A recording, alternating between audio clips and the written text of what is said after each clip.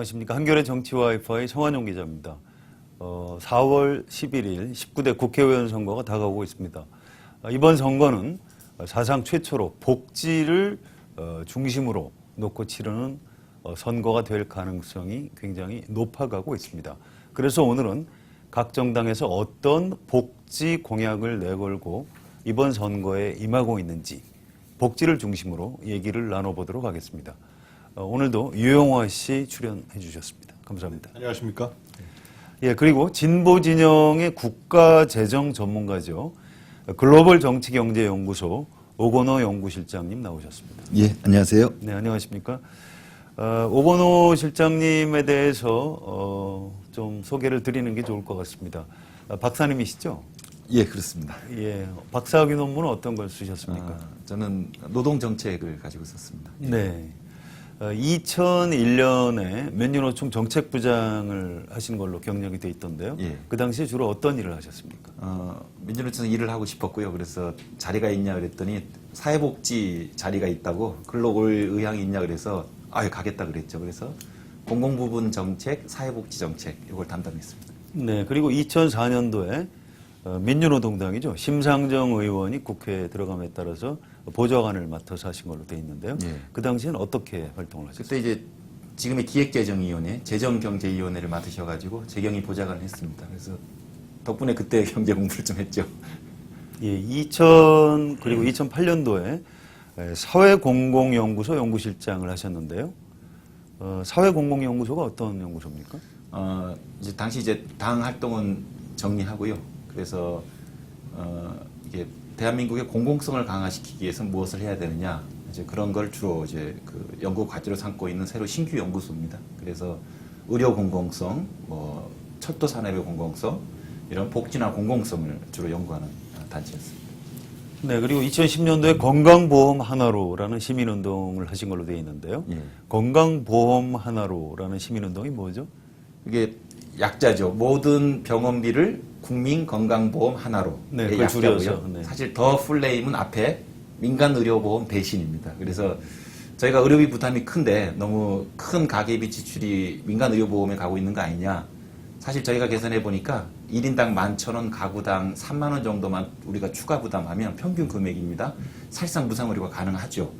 그래서 이걸 좀 국민들한테 알려드리자 그런 취지에서 저희가 건강보험 하나로를 결성하고 운동을 지금도 하고 있습니다. 예. 오건호 실장님께서는 책을 여러 권 쓰셨는데요. 저희 한겨레 신문 안에서도 오건호 실장님이 대한민국 금고를 열다 이런 책을 쓰셨는데 저희 김희택 논설위원께서 이 책을 여러 권 사서 편집국 기자들한테 나눠준 일이 있습니다. 이 책을 꼭 읽어라. 이 진보 언론의 기자들도 좀 유식해야 된다. 이런 취지로 해서 오건호 실장님의 책을 나눠드렸던 그런 기억이 있습니다. 지금은 글로벌 정치경제연구소 연구실장을 하고 계신데요. 글로벌 정치경제연구소는 어떤 기관입니까? 여기도 신규 연구소입니다. 2년 됐는데요. 이번 한미 FTA에서 보는 것처럼 이제 저희 국내 현안 문제가 여기서만 그치지 않고 이제 글로벌 차원의 연관성을 가지고 있죠. 그래서 몇몇 젊은 연구자들이 이런 글로벌 연관성을 가지고 대한민국의 정책 현안을 다루자. 뭐 포부는 큽니다만 어떻게 될지 모르겠습니다만 그런 취지로 저희가 몇 명이 모여서 지금 연구를 하고 있습니다. 예, 그 현실적으로 궁금한 게 하나 있는데요. 예. 이제 공부하시고 이런 분들이 이 월급을 어떻게 받는가 굉장히 중요한 문제인 것 같습니다. 글로벌 정치경제연구소에서 월급은 잘 나옵니다. 예. 월급을 이제는 저는 월급을 받아야지만 일을 할 수 있습니다. 예, 잘 나오고 있습니다. 지금 잘 나오고 있습니다. 예, 감사합니다. 예. 오건호 실장님께서는 내가 만드는 복지국가 이런 단체의 공동운영위원장을 맡고 계신데요. 얼마 전에 복지체험 애플리케이션을 만들었다 이렇게 언론에 보도가 됐습니다. 그게 어떤 건지 좀 간략하게 소개를 좀 해주시죠. 오늘 주제도 복지를 다룰 텐데요. 많은 사람들이 복지를 원하지만 과연 그게 가능할까 이거에 대해서 의심을 가지고 있습니다. 근데 현실 복지가 취약하다 보니까 이걸 한꺼번에 느낄 수는 없고요. 그래서 가상으로라도 한번 체험을 해보자. 그래서 저희가 복지체험 애플리케이션을 만들었고요. 여기에는 각 가구의 가구원 특성, 나이가 몇 살이고 초등학생, 대학생 혹은 의료비가 얼마나 들고 어르신이 계시고 이런 가구원 특성과 소득 정보를 입력합니다. 그럼 이 프로그램이 세금을 계산해 주고요. 그 다음에 현재 얼마의 복지를 받고 있는지 얼마 안 됩니다. 근데 보통 우리가 얘기하는 보편적 복지 국가가 되면 얼마큼의 복지가 주어지는지 그 가구 특성에 따라 이게 계산해 드리죠. 그럼 예를 들면 지금 저희 가구는 4인 가구인데 대략 월 한 50만 원 정도의 복지를 받고 있다. 근데 복지 국가가 되었을 때는 쭉 돌려보니까 한 월 120만 원 정도를 받게 되더라고요. 그리고 물론 이제 세금을 더 내야 됩니다. 저희 같은 경우는 한 3만 원 정도를 더 내게 되는데 이제 가구 소득마다 다릅니다. 그래서 실제로 복지국가가 되면 우리가 우리 삶이 어떻게 바뀌어지는지를 가르쳐 드리고 싶었고 또 하나가 이제 세금 폭탄입니다. 다들 세금을 무서워하시는데 일반 시민들은 그렇게 무서워할 거 아닙니다. 사실 재벌 아주 돈이 많으신 분들은 부담이 크실지 모르는데 대래 우리 일반 서민들이 세금을 두려워하는데 막상 한번 돌려보자. 시뮬레이션을 해보자. 얼마인지. 저는 3만 원을 더 내고 60만 원을 월 더 받게 되는데 제가 이거를 찬성하지 않을 이유가 없죠. 그래서 많은 국민들한테 이걸 좀 알려드리고 싶어서 저희가 애플리케이션을 만들었습니다. 돈도 많이 들었습니다. 검색해서 다운받아서 쓸 수 있는 거. 저희가 지난주에 그 안드로이드 마켓에는 출시가 됐고요. 그 아이폰에서는 그 승인 절차가 있습니다. 승인 절차를 받고 있는데 4월 10일경에 아이폰에서는 다운받을 수 있고요. 지금도 내가 만드는 복지국가를 입력하시면 인터넷상에서는 들어가서 해볼 수 있습니다. 너무 부유하신 분들은 가시면 슬프고요. 웬만한 시민들은 가시면 되게 기쁨을 갖고 누리실 겁니다. 저는 좀 가면 안 되겠네요. 좀 요즘 방송이 좀 늘어서 좀 수입이 좀 늘고 있는데. 그러신 분들은 자기 소득을 작게 입력하시더라고요. 예, 알겠습니다. 예, 그럼 본격적인 토론에 들어가 보도록 하겠습니다. 도대체 보수 여당에서도 왜 복지를 얘기하고 있는가? 이 점이 가장 궁금한데요. 이번 총선의 최대 이슈가 복지가 된 이유가 무엇인지 우리 유영하 씨께서 좀 설명을 해주시죠. 못 살기 때문에 힘들기 때문에 그렇죠. 국민들이 살기가 너무 힘들어진다. 그러니까 정치적으로 얘기하면 이명박 정부 때문에 그런 것 같고요. 그러니까 이게 이명박 정부 들어와서 또 급격하게 하여튼 뭐 4, 5년 전부터 이 사회적 양극화 현상이 심화되고요. 이 부의 특히 공정한 분배가 이루어지지 않으면서 부가 편중되기 시작하는 게 아주 드러나게 됩니다. 그러니까 일반 서민들이 팍팍하고 미래에 대한 희망과 대안이 없어지면서 실제로 뭐 올라갈 수 있는 기회도 적게 들고 이렇게 되면서 굉장히 사회가 불공정한 사회를 가니까 실제로 복지 이슈가 화두가 되고 이런 것이 선거에서 구체적으로 나타났었죠. 지난번 지방선거 때인가요? 네. 기억하시겠습니다. 무상급식 문제로 해서 야당이 아주 전면적인 승리 이뤘고 또 서울시장 보궐선거에서도 오세훈 시장이 무상급식 문제로 사퇴하면서 현재 박원순 시장이 그 문제를 이겼고 이런 부분을 보면서 이제 보수 여당에서도 야, 이 복지 문제가 이거 가만 놔두면 안 되겠다. 이건 그냥 야당한테만 주다 보면은 우리가 매번 선거에서 실패하겠구나 이런 경각심을 갖게 된 거죠. 그래서 특히 박근혜 대권 주자죠. 대권 주자가 복지 문제를 아젠다로 꺼내면서 정치권에서 복지 논쟁이 활발하게 이루어졌고 현재 총선에서도 복지 문제는 여당 야당 할 거 없이 앞다투어서 그냥 누가 더 앞선 복지인지 국민들이 판단하기 어려울 정도로 전문가 오늘 나오셨습니다만 그런 현상이 나타나는 것 같아요. 특히 이제 복지라는 문제가 이제 전반적인 화두로 올라서기까지는 그 오세훈 전 서울시장의 역할이 굉장히 컸다고 봅니다. 사실 제가 보기에 저는 일단은 뭐 30대 후반 이제 곧 40이 되는 나이를 본다면은 복지란 단어 자체는 이제 사회학 교과서라든가 신문 기사에서만 봤던 그런 내용이었거든요. 그러니까 학창 시절로 치면은 반에 있는 뒷자리에 있는 좀 기억이 안 나는 어떤 그런 친구 같은 그런 존재였는데 오세훈 시장이 이것을 이제 무상급식을 전면적으로 이제 이슈를 끄집어내면서 애들한테 밥을 먹을 것이냐 안 먹일 것이냐를 가지고서 이 투표를 하다 보니까 이 문제가 전반적인 사회 문제로 이제 확산되고 모두들 이게 뭐지 하면서 이렇게 하면 이렇게 될 수 있는 거야라고 이제 관심을 갖게 해준 데 대해서는 정말 감사드립니다. 예. 솔직히 의도는 안 했어도 네. 이제 시민들 입장에서는 공로상을 좀 줘야 되지 않을까 싶기도 저 한데요. 드리고 싶어요 진짜로. 예. 감사. 오세훈 시장도 잠재적인 대권 주자 중에 한 사람이었는데 실제로 그 시대 흐름을 못 본 거죠. 서울시장은 유럽이라는 데도 많이 왔다 갔다 할 텐데요. 그런 흐름을 전혀 못 보고 이 한국형 복지, 자기가 여태까지 살아왔던 그런 틀에 갇혀버리니까 시대 흐름 못 보면서 최근에는 대권 주자에서 거의 이제 탈락한 복지 문제가 굉장히 중요한데요. 그런 생각이 들어요. 뭐하고 사시는지 보이지가 않으세요? 유럽에 가서 좀 복지 문제를 공부하고 계시는.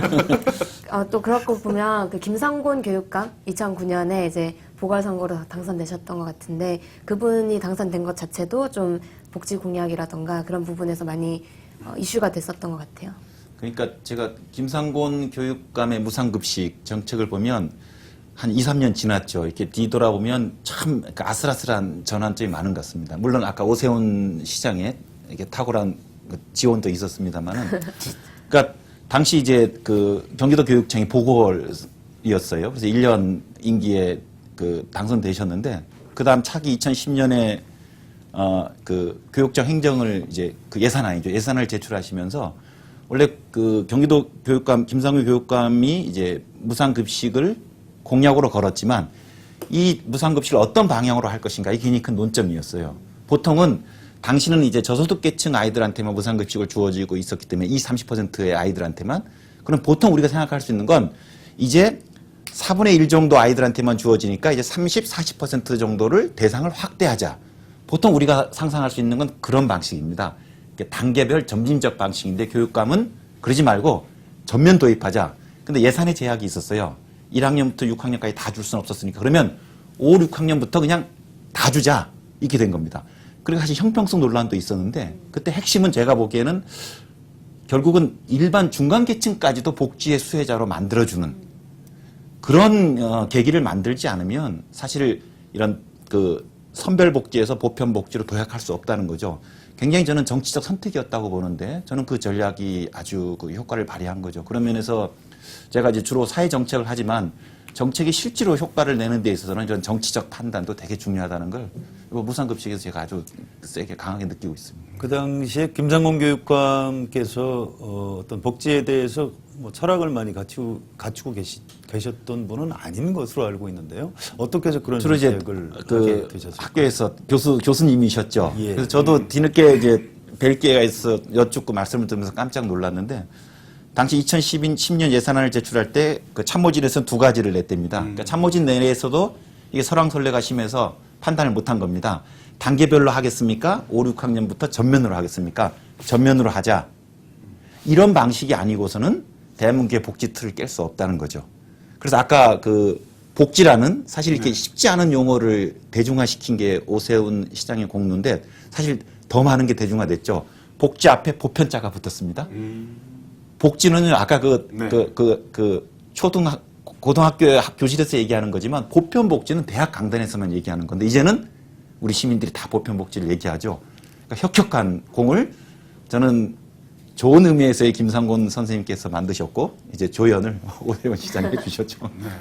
사실 그 복지국가라는 이야기는 예전부터 있었거든요. 그 전두환 전 대통령도 다 오염시켜 놓으셨죠. 그렇죠. 네. 정의사회 구현과 이제 복지국가 건설을 부르짖었었는데 사실 어떤 그 정치적 권력을 가진 사람들이 이야기하는 어떤 복지국가라는 게 그 어떤 선언적 레토릭에 불과한 이거 하겠어요. 그러니까 뭐 난 널 사랑해, 난 널 사랑해 이렇게 짝사랑하는 사람한테 이야기하듯이 그냥 말만 하고 휙 돌아서는 그런 부분이었었는데 어떻게 본다면 그 김상곤 교육감이 들어서면서 체제가 들어서면서 실질적인 형태의 어떤 서비스가 제공이 되고 그런 것을 제가 직접 볼 수 있었던 게 그 포털 사이트에서 이제 육아 관련 사이트 아니면 이제 학부모 사이트를 들어가 보면은 그런 문제 때문에 굉장히 그 활발하게 오고 가더라고요. 학부모들이 나는 어디 경기도 살아서 그런지 뭐 무상급식이 되고 나는 뭐 서울시라서 안 되고 이런 거 가지고 이 주부분들이 굉장히 이야기를 많이 하면서 이게 복지구나.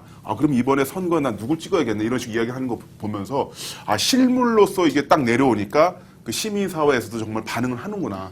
그런 거를 제가 볼 수가 있었어요. 그러니까 이게 엄청난 변화인데 한 3, 4년 전에는요. 지방자치단체나 정부로부터 복지를 받게 될 경우에 다들 부끄러워했습니다. 내가 기초생활수급자라면 시장에서 내가 실패한 것에 증표가 되고요. 그렇죠. 예. 공공임대주택에 살면 이제 아이들이 주눅이 드는 거죠. 근데 지금 말씀하신 것처럼 이제는 다 무상급식을 원하고요. 그리고 SH공사, 공공임대주택을 다 원하고요. 그래서 복지는 이제는 권리고 적극적인 것이고 가능한 많은 사람들이 같이 공동으로 향유하는 것이고 저걸 보니까 장하준 선생님은 아예 공동 구매를 하고 얘기하시더라고요. 굉장히 복지에 대한 이미지와 인식이 바뀐 거죠. 옛날에 박정희 대통령의 그 최종 목표도 복지국가였다. 이렇게 이제 박근혜 새누리당 비상대책위원장이 얘기를 하셨죠. 이명박 정부에서도 이제 복지를 얘기를 하고 있는데요. 이명박 정부의 복지국가론에 대해서 좀 간단히 얘기를 나눠볼까요? 제가 알기로는 이명박 대통령이 이제 보건복지부 업무 보고에서 내년 그 복지 예산이 역대 최대다. 이제 우리나라도 복지 국가다. 뭐 이런 말씀을 좀 하셨다고 하는데 사실 저희 같은 서민 입장에서 아직 특히 저는 무상급식을 먹지도 않고 하다 보니까 이게 확 와닿지는 않거든요. 아직 복지국가까지는 아닌 것 같은데 왜 대통령은 또 그런 말을 하시는지 이게 갭이 제가 어디서 그 뉴스를 보면서 진짜 가슴이 덜컥 내려앉았어요. 왜냐하면 거기에 이제 스토리가 뭐냐면 작년도 보건복지부 업무 보고를 청와대에서 받으시는데 이제 그 정부에서 보고를 하는 거예요. 내년도 예산안 중에서 28%가 복지에 지출됩니다 하니까 대통령 화들짝 놀라신 거예요. 우리 예산에서 28%나? 그러면서 이제 대한민국도 복지국가라고 해도 과언이 아닙니다라고 이 워딩은 똑같습니다. 제가 아예 외우고 다닙니다. 그래서 제가 왜 놀란 이유는 뭐냐면 기업 CEO의 한계구나. 그러니까 기업에서 복지 비용으로 28%를 투자합니다 하면 좀 놀랄 만한 일이겠죠. 이거는 사기업인데. 근데 정부가 뭡니까? 세금을 걷어가지고 행정이나 안보에 쓰고 나머지 다 복지에 지출하는 겁니다.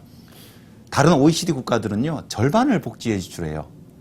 항상 우리가 OECD 복지 얘기할 때 이 나라 때문에 저희가 꼴등을 놓칩니다. 멕시코라는 나라가 있는데 멕시코도 재정의 복지 지출 비중이 37%예요. 20%인 나라는 우리나라밖에 없습니다. 그러니까 가장 부끄러운 수치를 가지고 복지 국가네?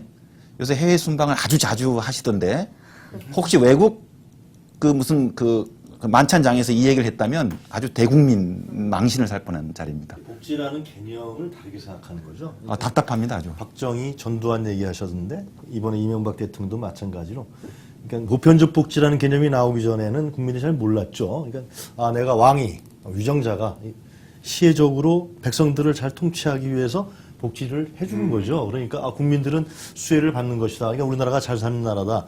위정자들의 어떤 통치 논리로서 복지라는 논리가 이렇게 악용됐고 실제로 이용당했던 것인데 이제 김상곤 교육감 얘기하시고 그렇게 훌륭하신 오 시장 나오면서 복지가 그런 게 아니다. 예, 보편적 복지라는 부분이 나오면서 많이 인식이 달라지는 것 같아요. 근데 이제 그 내년이라고 하면은 이제 2013년이 된 건가요? 올해 2013년. 작년 같은 경우는 2011년 얘기한 거죠. 작년 스토리입니다. 그렇죠. 예.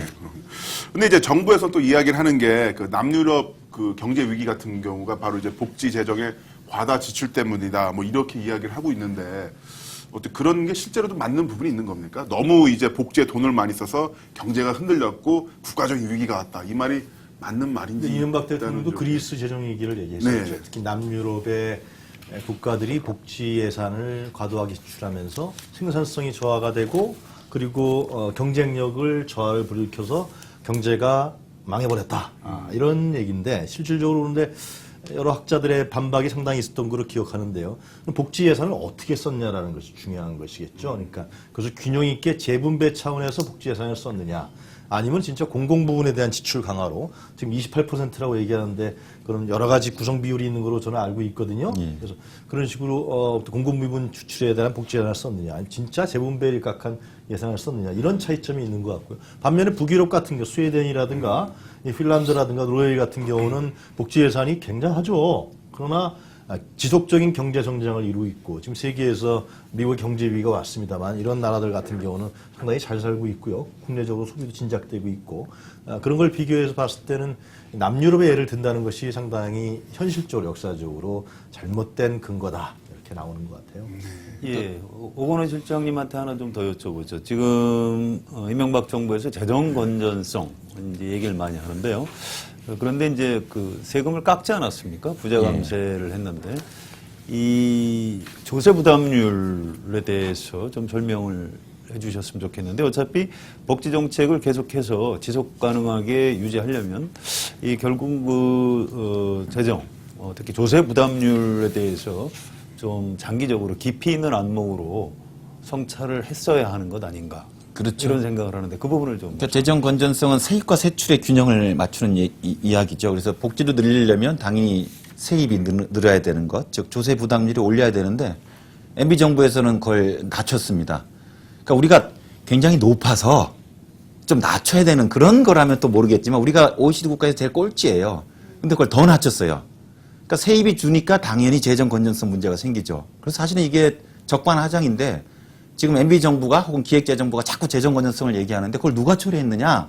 복지를 펑펑 써서 지금 우리나라 복지가 어디 있습니까? 자신이 부자 감세를 해가지고 재정 건전성 문제를 야기시켜 놓고 이제서 이제 복지 시민들이 권리로서 복지를 얘기하니까 그거 하면 국가 재정이 위기가 닥친다 얘기하는데 사실은 어불성설이죠. 그래서 조세 부담률을 올리는 그런 이제 작업이 앞으로 19대 국회뿐만 아니라 이후에도 계속 필요하다고 봅니다. 오건호 실장님이 이제 국가재정 전문가시기 때문에 하나 더 여쭤보는데요.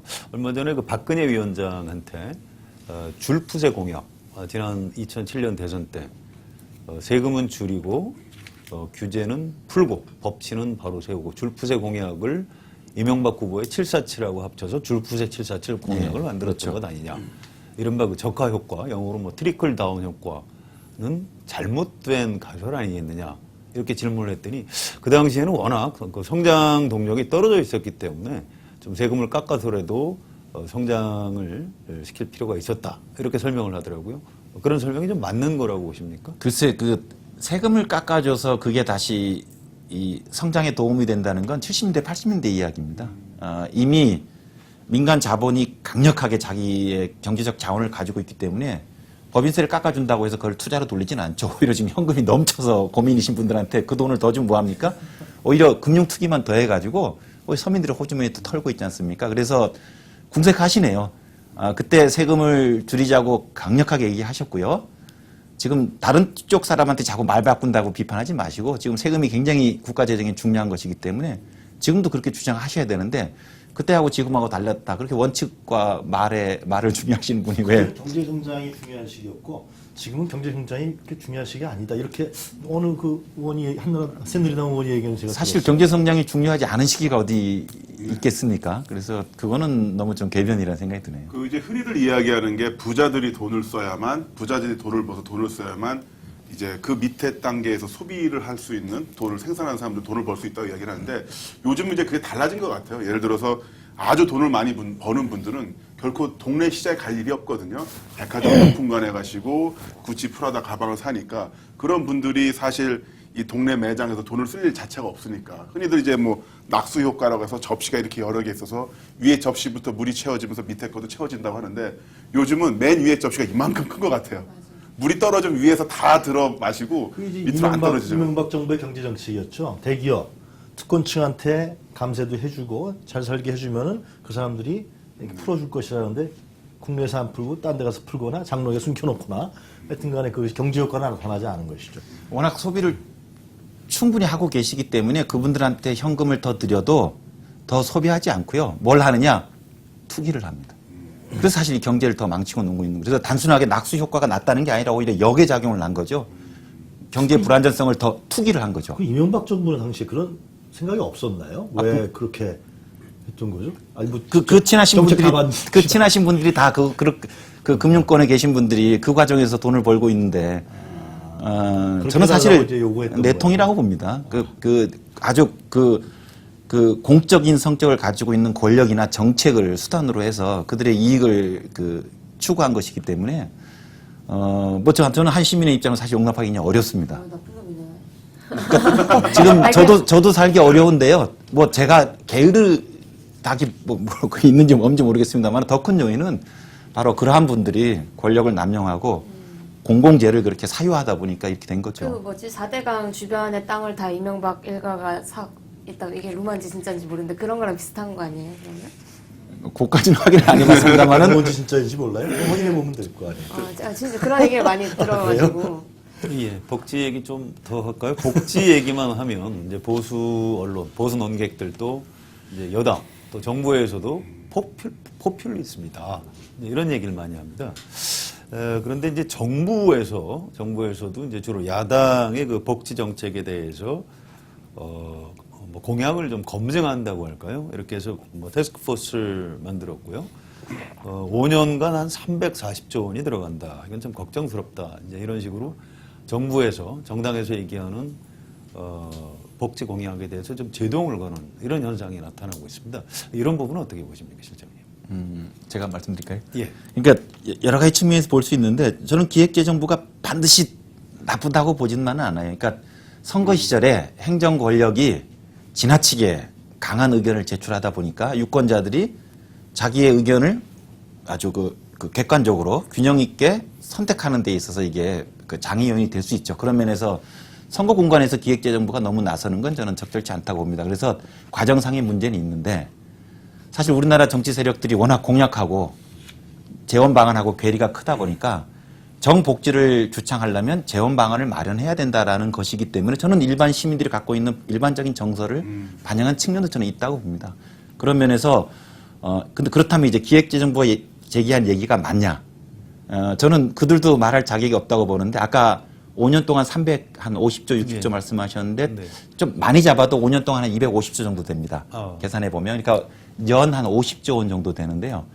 연 50조 원이 금액 자체로만 보면 굉장히 많아 보이지만 우리나라 경제력하고 대비해 보면 GDP로 4% 정도 되는 거예요. 그럼 50조 원 정도를 복지를 늘리겠다는 건 지금보다 GDP 4% 정도 복지를 더 확대하겠다는 건데 현재 우리나라 복지가 어느 정도 수준이냐? GDP 9%예요. OECD 평균은 19%. 10% 차이가 나고요. 스웨덴은 28, 29, 한 20% 정도 차이 납니다. 그래서 저희가 사실 평균을 많이 깎아 먹은 나라죠. 그 평균의 절반도 채 못 미치는 정도를 올리자는 건데 이걸 안 된다고 얘기하니까 사실 저희가 좀 이해가 안 가는 거고요. 근데 문제는 기획재정부는 뭘 해야 되느냐. 그래서 복지를 연 50조 늘리는 게 불가능하다는 말을 하지 말고 우리가 지금 무려 10%포인트가 차이가 나요. 금액으로 130조입니다. 올해 GDP가 1,300조니까. 따라서 기획재정부 너는 무엇을 할 것이냐. 토목지출 이렇게 막 써도 돼? 4대강 이렇게 막 해도 됩니까?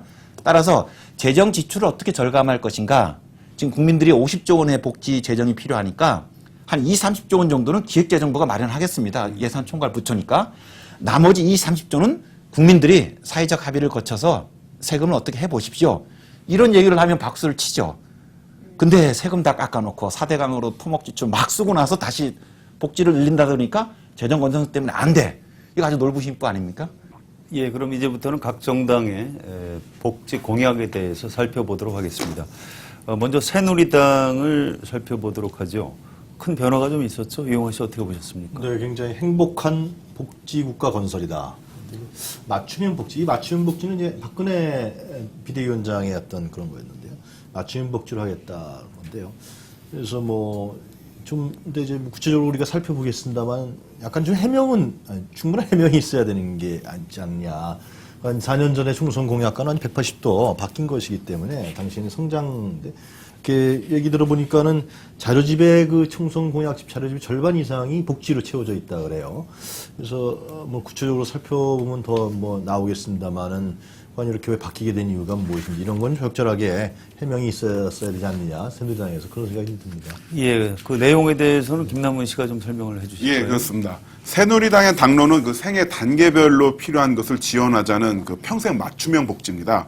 5세 이하의 그 보육비 지원과 사병 월급 인상, 그리고 정년 60세 의무화 등 영유아기부터 60대 이상의 연령별로 사회 안전망을 그 재정비하자는 것이죠. 그러면서 민주통합당이 무상급식과 무상보육, 무상의료의 산무에 반값 등록금과 일자리, 주거복지를 결합한 3+3 공약을 내놓자 새누리당은 항목을 더 늘린 5+5 공약을 맞불러 놨습니다. 5+5 공약은요, 복지 실현과 일자리 마련을 중심으로 한 실천 약속과 걱정 없는 우리 집 만들기를 위한 대국민 약속을 각각 그 5가지 부분으로 이제 나누어서 담았다고 합니다. 예, 새누리당 공약에 대해서 오건호 실장님 어떻게 보셨습니까? 그러니까 제가 사실 이제 한 일주일 전쯤에 최종 공약이 각 정당에서 나왔습니다. 그래서 그전에는 아주 언론을 통해서 간헐적으로 이제 보도되었기 때문에 총 정리된 보고서를 보고 저는 사실 좀 깜짝 놀랐어요. 왜냐하면 아까 이제 그 새누리당이 꽤 강한 복지 공약을 내놓았을 것이라고 말씀하시는데 앞에 포장은 그래요. 그러니까 태어나서부터 세상을 떠날 때까지 아주 그 생애 주기별로 쭉 되어 있는데 실상 막상을 안으로 들어가 보면 열매가 별로 없어요. 제가 보니까 실제로 이렇게 복지라고 할 수 있는 건 아까 무상 보육, 그 다음에 공공 임대주택을 많이 짓는다 그랬습니다. 근데 보통 이건 항상 공약이 빈 공약인데 항상 짓는다 그러고 안 짓는 게 공공 임대주택인데 하여튼 말은 그것들 빼고는 아까 사병 20만 원, 30만 원 주는 게 눈에 띄고요. 나머지는 사실은 저는 이게 지금 선거 공간에서 이런 게 좀 알려져야 되는데 그 포장과 대비해서 안에는 없습니다. 예를 들면 박근혜 대표가 그 전에 그 2007년도 대선 때 굉장히 강조했던 게 기초노령연금 인상입니다. 요번에 빠집니다. 그 대신 일하는 노인들한테 근로소득 장려제라고 EITC라고 있는데요. 그거 주겠다고 갑니다. 그리고 60세 정년 그거 뭐 정부에서 하는 겁니까? 회사에서 하는 거죠. 그래서 반값 등록금 같은 경우에도 내년 내후년에 예산을 증액하도록 노력하겠다 정도만 하고 있지 누구한테 얼마를 줄 것인지를 얘기하고 있지 않죠. 그래서 각 세대별 항목으로 보면 그럴듯한데 실제 내용은 사실 별로 없어요. 저는 좀 기회가 되면 진짜 새누리당의 복지 공약이 실제 처음에 홍보했던 거와 실상 내용이 맞는지에 대해서는 좀 검증이 필요합니다. 저는 굉장히 비판적으로 보고 있습니다. 예, 근데 새누리당이 처음에 복지에 대해서 굉장히 많은 걸 할 것처럼 얘기했다가 실제 선거가 다가오면서 내용을 못 채워가고 있는 이런 정치적인 이유 같은 것도 있을 것 같은데 유영환 씨 어떻게 보십니까? 뭐 이제 두 마리 토끼 문제가 아닐까 싶기도 한데요. 그러니까 이제 이 선거에서 이길 경우에 가장 중요한 전략이 뭐냐면 자기 집 토끼를 잘 잡아야 되거든요. 근데 복지라는 부분은 결국은 기득권층들은 싫어하죠. 나눠줘야 되니까. 내가 갖고 있고 싶은데 자꾸만 나눠주라 그러니까 싫어한다는 거죠. 아주 단순하게. 그러다 보니까 집토끼에 대한 단속이 잘 안 된다. 그런 얘기들이 내부에서 많이 나왔겠죠. 비판이 있었고. 그러니까 야, 그래도 우리가 내놨으니까 겉으로는 복지한다고 하지만 실질적으로는 들어갔을 때는 우리 집토끼를 위한 것이다. 라는 것을 밝혀야만 이번 선거에서 패배하지 않고 승리할 수 있다. 이런 생각을 좀 한 거 아닌가 싶기도 한데요. 제가 하나 첨언드리면 아까 집토끼 관리도 하나의 중요한 포인트고요. 또 하나는 저는 올해 대선 전략하고 관련이 있다고 봅니다. 그러니까 워낙 강력하게 정권 심판론 그리고 보편복지 요구가 커지니까 지금 현재 보수 세력 입장에서 위협감을 가지고 있죠. 그래서 이걸 어떻게 대응할 것인가, 보편복지에 어떻게 맞설 것인가. 그래서 이제 저쪽에서 짠 전략이 재정 건전성 프레임이죠. 보편복지에 대해서 너 그러면 국가 재정이 거덜나는데 괜찮겠냐라는 재정 건전성 프레임을 거는 겁니다. 작년도 8.15 경축사부터 이게 걸고 있는 거고 기획재정부 TF도 그거의 일환으로 만들어진 거죠. 그래서 이번 총선 때 왜 새누리당의 복지 공약이 작아졌느냐. 재정도 연 15조 원이에요. 굉장히 작습니다. 저는 기획재정부의 TF의 의견하고 같이 조율됐다고 보는데요. 왜냐하면 이후에 재정 건전성 문제를 대선에서 세게 제기하려면 스스로 재정 건전성, 그러니까 복지 규모를 줄여야 되겠죠. 일관성을 가져야 되겠죠. 그런 면에서 우리 한나라당도 복지를 굉장히 확대하고 있다는 이미지는 지금 얻었어요. 그건 얻었으니까. 하지만 실제 공약은 이제 팍 줄인 겁니다. 그래서 대선 전초전으로서 총선을 위치짓다 보니까 일종의 거품이 들어갔던 복지 공약을 스스로들이 거품을 집어넣었던 걸 좀 빼지 않았느냐. 그럼 결국 진보 진영이 물타기 공약이 되어버린 건가요, 이게? 그러니까 진보적인 국민들은 헷갈려 할 거. 지금 굉장히 헷갈리죠. 네. 근데 지금 열흘 좀 남았습니까?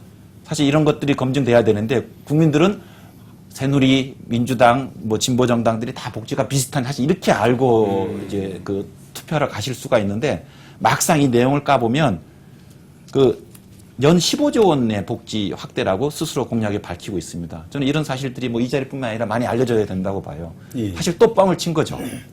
이게 선거 가다 보면 사실상 정책적인 게 부각되거나 정책 대결보다는 인물 대결이라던가 뭐 정치적인 어떤 구도 이런 것만 좀 부각이 되는 것도 문제인 것 같아요. 항상 그랬어요. 우리 국민의 선택권이 상당히 좁아지는 현상이 그쵸. 선거 때 나타나. 이른바 이제 보수 언론에서도 이제 그 얘기를 잘 안 하죠. 그전에는 이제 그 정책, 예산 이런 얘기를 많이 하는데 지금은 뭐 여당이나 다 야당이나 다 마찬가지다. 이제 이런 식으로 좀 물타기해서 보도하는 경향이 좀 있는 것 같습니다. 이번에는 민주통합당 쪽을 한번 좀 살펴보기로 할까요? 유영환 씨께서 좀 소개해 주시죠. 민주통합당은 이제 그 원래 3+1 무상급식, 무상보육, 무상의료. 그래서 이번에는 그 취약계층에 대한 부분을 많이 보강한 것 같아요. 그래서 장애인이라든가 주거복지, 노인복지 이렇게 보강한 것 같은데요. 하여튼 예산도 뭐 32조에서 33조로 늘린 것 같고요. 그러나 하여튼 민주당도 좀 고민이 좀 많았을 것 같아요. 하여튼 뭐 이번 총선 공약으로 7대 비전과 250개 과제를 확정했다 그러는데 물론 이제 구체적으로 우리가 살펴보겠습니다만은 이 새누리당하고 과연 어떤 차별성을 가져갈 것이냐 굉장히 정책 부분에서 고민이 많았을 것 같은데요. 그러니까 새누리당은 이제 원위치 했고요. 그 민주통합당은 공약이 셉니다. 복지 공약이. 그래서 이렇게 복지를 지지하는 유권자나 시민 입장에서는 저 입장에서는 대단히 이제 그 전향적인 일인데 걱정이 되는 건 민주당의 고민이에요. 강한 보편 복지를 국민들한테 공약으로 내걸고 싶은데 그럼 돈이 필요한데 증세에 대해서는 그렇게 적극적이진 않으세요. 민주당이. 그러니까 그 괴리가 커지는 거죠. 그 틈을 지금 보수 세력이나 기획재정부가 지금 노리고 들어오고 있는 거고 민주당은 사실 그 틈새가 있습니다. 이번 총선에서는 어떻게 했느냐? 제가 공약집을 보니까 복지는 세게 부르고요. 동계산은 작게 했어요. 근데 사실 이러면 안 되는데 예를 들면 무상의료도 8조 원 갖고 하겠다고 합니다. 그리고 무상의료 선전은 다 하는데 지금 보건 전문가에서 8조 원 갖고 무상의료는 안 된다고 하죠.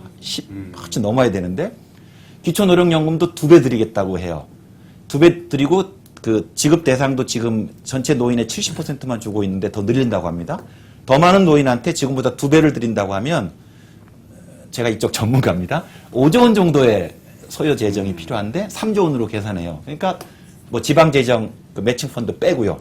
그래서 복지는 세게 불려놓고 재정 추계는 작게 해요. 그 재원 조달 부담 때문에. 그러니까 사실 이제 분석한 저의 입장에서 본다면 만약 이 세력이 권력을 가지게 될 경우에 실제 공약대로 집행될 것인가에 대해서 너무 이제 안타까운 거죠. 그래서 정직하게 만약에 복지 공약이 50조 원짜리면 50조라고 얘기를 해야 되는데 포장은 하고 작게 얘기하는 저는 아직도 이런 면에서 민주당이 정책 정당으로서 쓰기에는 여전히 조금 부족한 면이 있다. 그러니까 이제 새누리당 같은 경우에는 이번에 고기 먹으러 가자 계속 이야기를 하고 실제로 이제 김밥 천국을 가는 거고 그다음에 이제 민주당 같은 경우에는 야 내가 오늘 맛있는 거 쏠게 오늘 저기 중국집 가자 맛있는 거 쏠게 하고 딱 간 다음에 근데 우리가 10명이잖아 근데 예산이 5만 원이거든 그러니까 일단 내가 사장님이 난 짜장면 딱 이러는 거죠 그럼 직원들은 같이 짜장면 먹을 수밖에 없잖아요 분명 고기 먹으러 간다고 그랬는데 그러니까 이제 그런 부분이 좀 아쉽네요.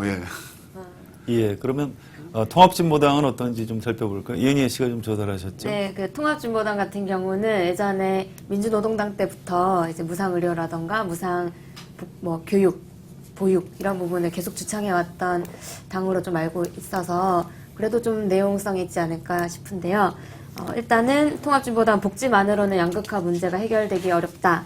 해서 경제민주화나 노동개혁을 반드시 이제 동반 해결해야 한다고 강조를 하고 있습니다. 세 가지 믿음 가는 복지를 목표로 하고 있다고 하는데 아이를 키우기 쉬운 사회, 그리고 실직해도 안심할 수 있는 사회, 노후가 걱정 없는 사회 이렇게 3개를 좀 잡고 있어요. 첫 번째로는 이제 육아 지원 수당을 도입해서 만 6세 미만의 아동에게는 월 10만 원씩 계속 지급을 하겠다고 하고 이건 이제 유럽 국가나 이제 한 88개국의 나라에서 이제 계속 아동 수당을 지급하고 있대요. 그래서 이 부분을 착안해서인지 만 12세까지 계속 단계적으로 확대해 나갈 거라고 밝혔습니다. 그리고 청년 실업자, 장기 실업자나 전직 자영업자 그리고 비정규직 노동자들에게 고용보험 실업급여의 30에서 50%에 달하는 이제 실업수당을 매년 지급하겠다. 이런 방안도 제시하고 있고요. 기초생활보장 제도를 보강하기 위해서 이제 최저 생계비가 좀 비현실적이다 이런 문제 제기가 많았었는데 그 기준을 좀 현실화하고 부양 의무자 기준을 단계적으로 폐지하자 이런 공약도 제안하고 있습니다. 마지막으로 이제 주거복지 쪽도 있는데요. 그 공공임대 주택 비율을 20%로 확대하고 임대료 인상률을 5% 상한제로 이제 정하자 이런 거를 주요 골자로 이제 해서 이제 전월세 대란 해결하고 뉴타운을 탈출하자 이런 공약까지 좀 내고 있습니다. 예, 통합진보당 공약을 보면 굉장히 다양하고 그럴 때 이제 아무래도 걱정이 돈이 굉장히 많이 들겠구나 이런 걱정이 되는데요. 오건호 실장님 어떻게 평가하십니까? 그러니까 아까 처음에 저희 내가 만드는 복지국가에서 복지체험 애플리케이션을 만들었지 않습니까? 저희가 그때 입력한 프로그램이 굉장히 강한 보편복지 급여 내용이고 지금 사실 진보정당 쪽에서 제출하고 있는 공약 내용하고 거의 유사합니다. 그러니까 당연히 진보정당 쪽 복지 공약을 지지를 해드려야 되는데 저희 내가 만드는 복지국가 입장에서 근데 여기서 사실은 조금 이제 주춤해지는 게 아까 사회자님 말씀하신 것처럼 재원 부분이에요. 한 60조 원 가량의 재원이 조달되기 때문에 60조 원 정도의 재원 마련 방안이 있는데 사실 이게 얼마나 가능할지에 대해서는 저는 2가지가 갖춰야 된다고 봅니다. 하나는 그 방안의 구체성, 그 다음에 그게 현실적이 되기 위한 이게 대중적인 합의나 여론을 모아가는 활동이라 그럴까요? 특히 진보 정당들은 여러 대중 조직, 노동자, 농민의 기초를 하고 있기 때문에 그분들하고 역동적인 관계를 가져서 이른바 증세 운동을 해야 되는데 사실 이번에 60조 원의 증세 방안을 보면 아직도 구체성이 많이 부족합니다. 좀 선언적인 게 많고요. 그 다음에 증세를 하는 게 어려운 일이기 때문에 여러 사회 구성원들, 시민 노동자들과 같이 그런 대중적인 활동이 있어야 되는데 요새 들어와서 진보정당이 그런 활동을 보기는 좀 어려워요. 그러다 보니까 내용은 좋습니다만 이게 현실이 가능할까? 사실 정책이라는 건 현실이 됐을 때만이 비로소 유의미한 거기 때문에 그런 면에서는 아쉬움이 굉장히 큽니다. 선언적 의미가 강한 거. 예.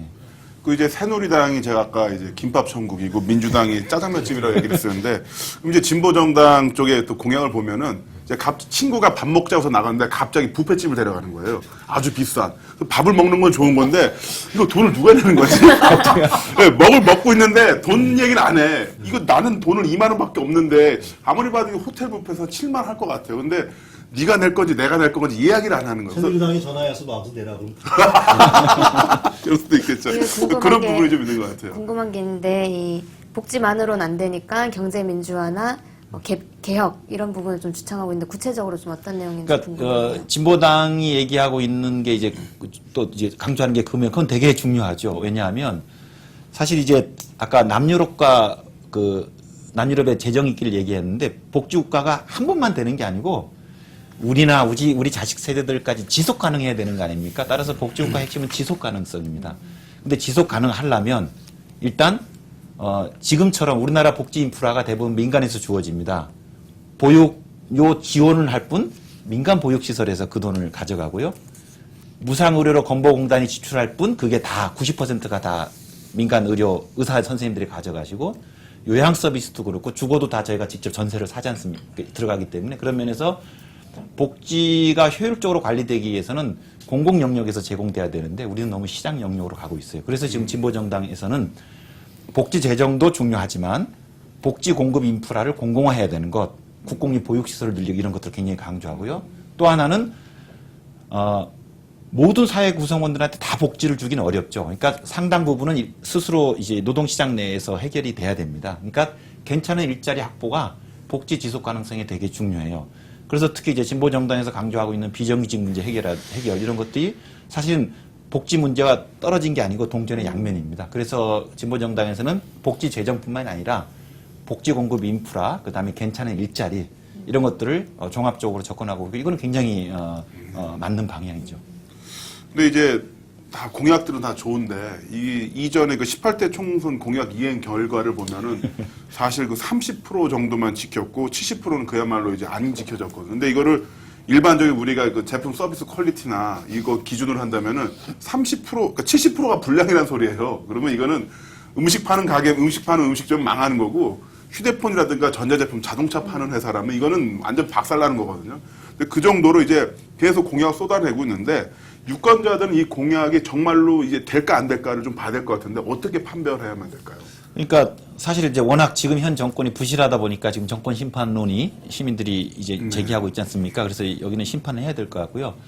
근데 문제는 그러면 새로운 정권이 들어서 해야 되는데 아까 말씀하신 것처럼 그런 또 부실 상품을 만들면 안 되겠죠. 그래서 제가 사실은 그 좀 이렇게 강한 복지를 원하고 있음에도 불구하고 민주당이나 진보당에 대해서도 제가 쓴소리를 한 이유는 그들을 지지하지 않기 때문이 아니고 그게 진짜로 현실화되기 위해서는 우리 시민들이 지지와 무관하게 저는 엄격하게 검증 작업을 해야 된다고 봅니다. 결국은 재원을 확보하려면 증세는 필요하다. 이런 의견들이 많은데요. 과연 증세를 할 경우에 아까 오건호 실장님 여러 차례 강조하셨습니다만 내가 얼마를 더 내는 거지? 이런 고민들이 있거든요. 네. 내가 지금 월급이 얼마인데 복지 혜택은 그건 나중 문제고 일단 내 월급에서 얼마가 더 떨어져 나가느냐. 그래서 증세 논쟁이 과연 어느 계층이 구체적으로 얼마짜리 월급쟁이가 또는 얼마짜리 자영업자가 얼마 정도 더 세금을 내야 되는 건지 그게 직접세인지 간접세인지 이런 부분도 좀 정확히 감별을 해줄 필요가 있다고 그러니까 봅니다. 서구 정당들의 선거를 보면요. 대부분의 정책들이 여러 정책이 있겠지만 특히 세금, 재정 논점이 굉장히 강합니다. 왜냐하면 돈이 오가고 있는 거기 때문에. 근데 우리나라처럼 세금이나 재정이 이게 그 공약에 쟁점이 안 되는 경우가 드물죠. 근데 세금도, 그러니까 가장 세금의 문제 제기를, 그러니까 세금의 정의로운 투사는 사실 보수 언론이에요. 항상 세금이 부정의하다고 얘기합니다. 그러면 사람들이 세금에 대해서 불편해지고 저항감을 갖게 돼요. 그럼 다 세금 안 내겠다.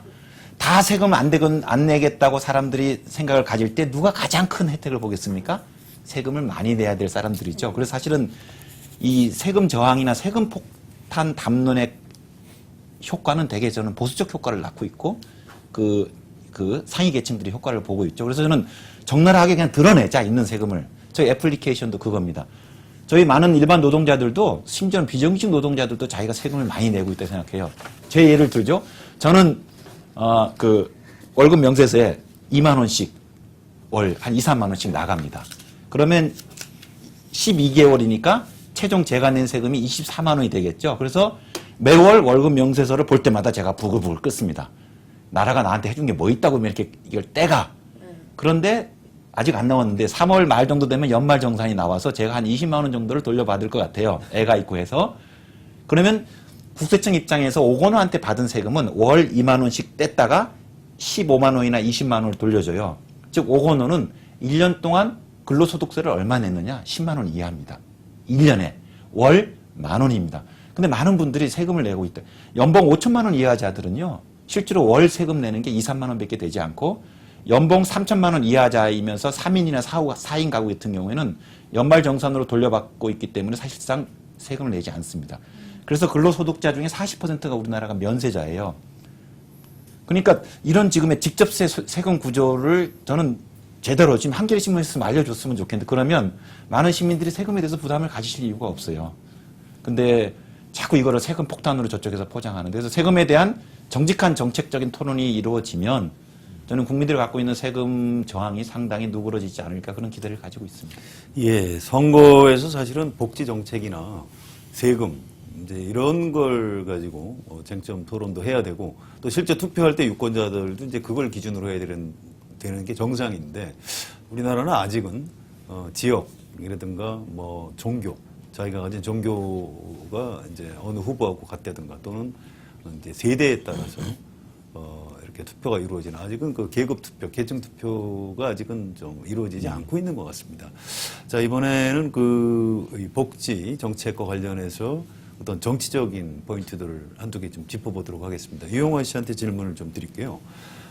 야권연대가 민주당하고 통합진보당이 어렵게 성사가 됐는데요. 야권연대가 이 복지사회로 가는데 어떤 영향을 미칠 것인지 이런 부분은 어떻게 생각하십니까? 원래 이제 야권연대라 그러면 이게 통합진보당하고 민주통합당하고 뭐 지향하는 바라든가 여태까지 해왔던 역사적인 정치적 경험이라든가 많이 다르지 않습니까? 실질적으로. 그런데 이런 부분들이 이번에 야권연대가 됐을 때는 정책적인 부분에서 사실상 공유하는 측면이 많아야 되는 건데 물론 한미 FTA 문제라든가 뭐 제주 해군기지 문제 이런 거에 대해서 하여튼 일정 할 수 있는 합의를 봤던 걸로 알고 있는데 이런 정책, 복지 공약에 대한 부분들은 뚜렷한 합의를 봤던 것 같지는 않아요. 그죠? 이번에 야권연대는 정치적 성격이 이번에 강했던 것이죠. 실질적으로 이명박 정부에 대해서 총선과 대선에 있어서. 근데 이런 복지 문제는 사실상 근데 합의를 봐야 될 것들이 있는 것이죠. 가장 중요한 건 지금 시대적 흐름이고 국민들이 원하는 보편적 복지라는 것. 국가가 시장에 개입하고 국가가 복지에 대한 부분을 간섭하고 정책을 만들어 나가야 된다. 이런 부분에 대한 중요한 합의를 봐야 되는 것인데요. 물론 내부적으로 받는지 안 받는지 모르겠는데 상당히 그런 부분들은 국민이 다 원하는 부분이고 또 지금 새누리당하고 차별성이 강한 부분이 아니라 그런 생각이 드는데요. 그런데 이제 정책 연대를 하다 보면 이런 어려움이 있는 것 같습니다. 아무래도 좀 국민들한테 듣기 좋은 공약, 실현 가능성보다는 국민들한테 좀 듣기 좋은 공약, 강경한 내용들을 많이 내놓는 쪽으로 좀 끌려가게 돼 있죠. 그래서 과거에 민주노동당 또는 진보신당에서 내놓았던 그 복지 공약 쪽으로 좀 약간 원래 이제 보수 정당이니까 그렇겠습니다만 이제 민주당에서 그쪽으로 끌려 들어가는 그래서 뭐 증세에 대해서 별 대안도 없으면서 일단 보편적 복지 공약을 이제 받아들임으로써 실현 가능성은 오히려 떨어지는 이런 문제가 좀 있을 것 같아요. 그런 부분은 어떻게 보십니까? 근데 제가 생각했을 때는 지금 그 야권연대 하는 이유가 물론 이제 야권에 있는 사람들은 현재 이명박 정부에 대한 심판론을 내세우지만은 가장 중요한 이유는 뭐냐면 현 사회 구조가 워낙 양극화되고 힘들어지는 사회로 갔다라는 것입니다. 이거에 대한 아주 극한적인 상황에 갔기 때문에 실제로 진보적 진영에 있는 그룹과 약간 보수적 경향이 있으면서 진보적에 있는 민주통합당과 결합할 수 있는 여지를 줬기 때문에 실질적으로 어떤 경제 민주화에 대한 문제라든가 사회 구조에 대한 문제 또 신자유주의에 대한 문제 이런 부분들 속에서 서로의 정책적 연대와 정치적 공유를 해 나가야 된다 그런 생각이 저는 들거든요. 근데 그런 부분들이 굉장히 아쉬운 것 같고 뭔가 좀 차별성도 드러나지 않는 것 같고요. 두리뭉실하게 넘어오는 것 같고 특히 민주통합당 같은 경우는 이번에 경제민주화라는 상당히 그 슬로건을 내세운데도 불구하고 실질적인 부분에서 많이 빠져 있는 것 같고요. 이런 부분들이 지적이 좀 돼야 될 것 같은데요. 예, 야권연대뿐만 아니고 전반적으로 네. 새누리당도 과거 이제 민주노동당이나 진보정신당 쪽 공약을 많이 받아들인 걸로 보이거든요. 그렇죠. 이런 부분은 어떻게 평가하십니까? 그러니까 야권 연대는 두 축이 있는데 하나는 과거에 대한 심판 연대고요. 이제 이명박 심판이죠. 또 하나는 이제 미래에 대한 연대 아니겠습니까? 그게 정책 연대를 기초로 해서 이루어지는데 정책 연대가 꼼꼼하게 됐느냐에 대해서는 저는 좀 이렇게 긍정적인 점수를 주기는 어렵습니다만은 그럼에도 불구하고 만약에 보편복지 중심으로 민주당이 좌클릭하고 한나라당도 하지만 생색은 내지 않을 수 없는 상황으로 간 거 아닙니까? 근데 재원 방안에 대해서는 아직은 긴장이 있습니다. 따라서 어차피 정치적 연대라는 건 그 내에 균열과 긴장을 가질 수밖에 없기 때문에 그거를 좀 더 바람직한 방향으로 가게 하는 힘, 저는 그게 정치권 안에서도 만들어야 되겠지만 바로 우리 시민들이 만들어내는 압력이라고 생각합니다. 그래서 이렇게 철저하게 검증하고 그 재원에서 부실한 게 있다면 제대로 마련하라고 저희가 촉구하고 압력을 행사하고 저는 그런 면에서 단순하게 정치공학적인 결과물이 아니고 연대가 실질적으로 시민의 뜻이 반영된 방향으로 가는 저는 그러면서 지금 야권연대는 굉장히 긍정적인 잠재성을 많이 갖고 있다고 생각하고 기대를 많이 하고 있습니다. 복지공약 감별법 같은 게 좀 필요할 것 같습니다. 이용환 씨께서 이번 선거를 앞두고 유권자들이 어떤 면들을 좀 유의해서 봐야 되는지 좀 도움 말씀을 주십니다. 감별법이 사실상 이렇게 좀 전문가라든가 구체적 수치를 따져봤을 때 나오는 거 아니겠어요? 일반 국민들이 그거를 감별하기가 참 쉽지 않을 것 같고요.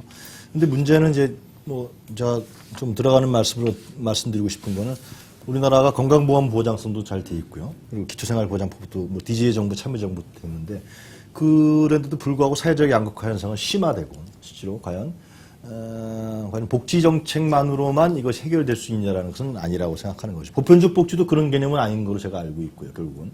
그래서 이러한 그 부의 불균형 문제, 부의 재분배에 대한 문제, 특권층만 가는 문제, 이런 부분들이 실제로 시정돼야 되는 거고, 이번에 총선 공약에서도 각 정당에 대해서 유권자들이 판단할 때는 현재 우리가 사회가 안고 있는 이러한 심각한 문제, 잘 사는 사람 더욱 잘 살고 못 사는 사람 못 사는 문제, 이런 문제에서 각 정당들이 어떻게 해결하려고 하고 그 정치적 구호를 어떻게 내고 있는지, 거기에 따라서 복지 정치가 어떻게 배치되고 있는지 이런 걸 좀 같이 봐야 되지 않겠냐, 그런 생각이 듭니다. 네. 그럼 요즘 어쨌든 그 각 당의 복지 정책 공약을 보면요, 다 좀 비슷한 부분이 있는 것 같아요. 그래서 서로 이제 원조 마포하고 지금 무슨 마구지 하면서 계속 그 자체 증식을 하고 있다는 그런 느낌이 드는데. 어떻게 본다면 그 복지 주장의 원조라고 할 수 있는 그 진보 세력 쪽에서는 이제 어떤 스탠스를 갖는 게 좀 유리할 수 있을까요? 그러니까 아까 말씀드린 감별법에 대해서 하나 제가 추가 드릴게요. 왜냐하면 그러니까 수치를 많이 알 필요가 없습니다. 복지 공약은 두 가지. 복지는 뭘 주겠다 그럴 때 그 수혜 대상이 집단별로 잘 구분해서 제시하고 있는지 아닌지를 보십시오. 구분별로 제시하고 있다라는 건 복지 그 내역이 구체적인 것이기 때문에 이건 믿을만 합니다. 근데 통으로 새누리당 같은 경우는 앞으로 2013년, 14년에 대학생들의 학자금난을 덜어주기 위해서 예산을 증액하도록 노력하겠음, 이런 겁니다. 이거 가입표죠. 몇 퍼센트의 아이들한테, 대학생들한테 얼마를 주겠습니다. 요게 보셔야 되고요. 그 다음 하나는 재원입니다. 각 그 공약별로 재원 추계가 얼마나 구체적으로 나와 있느냐. 아예 안 나와 있으면 그건 진짜 꽝이고요. 나와 있더라도 통으로 몇 조, 6조, 약 6조 이렇게 나와 있는 것도 사실 거의 어디서 베껴온 겁니다. 그래서 지급 대상이 분명히 수혜 대상이 명시되어 있느냐, 재원 추계가 구체적으로 되어 있느냐. 그러면 이게 세력이 있는 정당이든 세력이 작은 정당이든 일단 저희가 신뢰와 지지를 보낼 수 있는 정당이라고 생각하고요. 아까 그 진보정당 말씀하셨는데 그렇게 생각합니다. 진보정당은 작은 정당 아닙니까?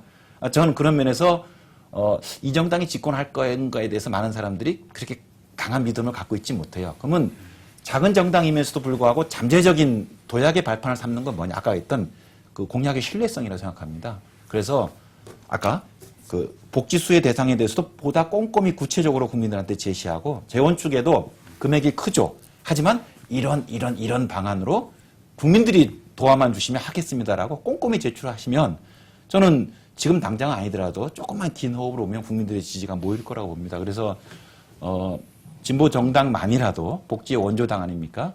구체적이고 명확하게 공약을 제시함으로써 국민들의 지지를 차곡차곡 이걸 쌓아가고 좀 많이 뽑혀야 되는 거 아니에요? 좀? 그것도 중요하죠. 그건 그 야권 연대는 잘 한 것 같고요. 오 시장님 하나 더 제가 여쭐 게 있는데요. 우리나라에 프로레슬러가 15명밖에 없는데 굉장히 희귀한 네, 프로레슬러를 위한 그 복지 공약을 내건 혹시 정당이 있습니까?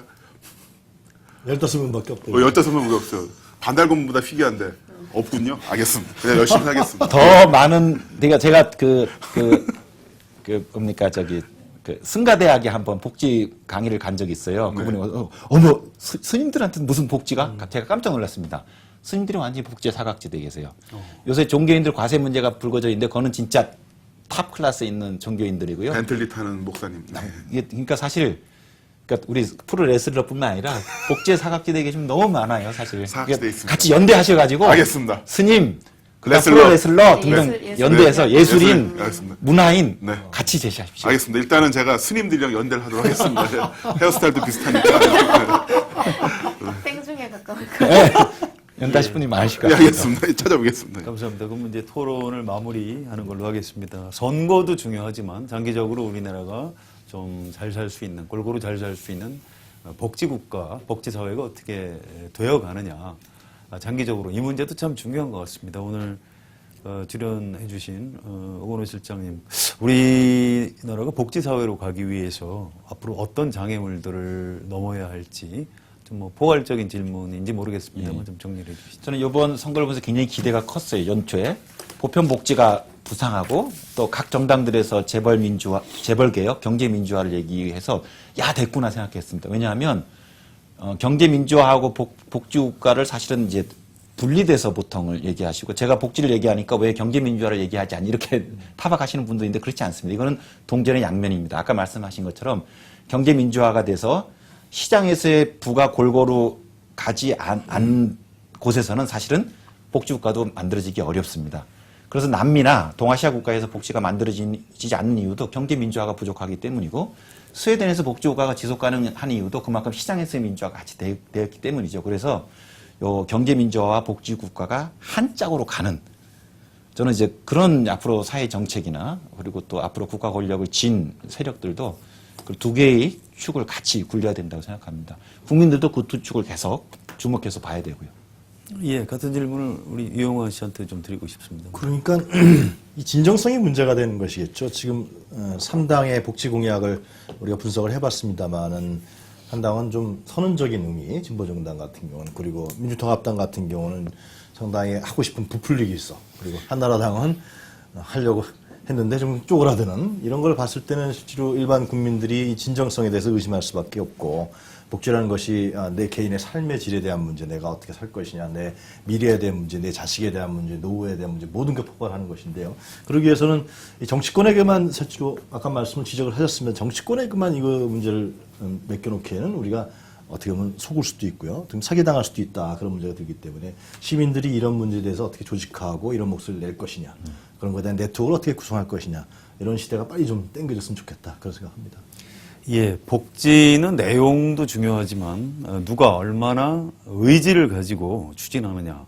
이것도 굉장히 좀 중요한 것 같습니다. 말로만 하는 복지, 가짜 복지가 되겠죠. 또 철학과 의지가 뒷받침된 지속 가능한 복지.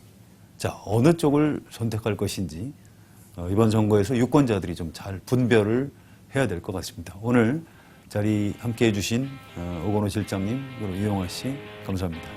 오늘 한겨레 정치 와이파이 여기서 마치겠습니다. 감사합니다.